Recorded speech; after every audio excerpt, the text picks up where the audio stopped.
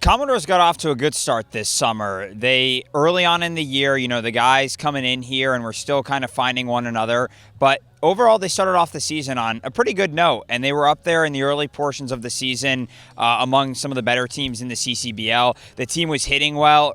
This team, early on and still to this point in the year, has had one of the best offenses in the league, scoring a high number of runs just about every night, and that's helped propel them in some of the games here on the summer.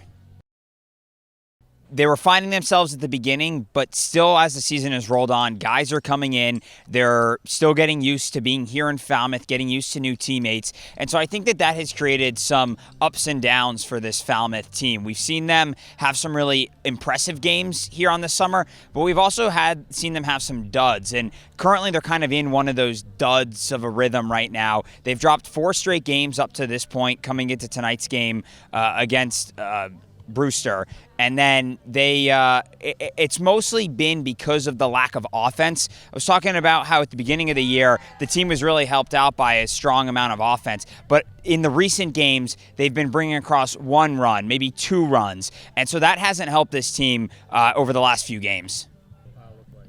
Playoffs are going to be, it's doable.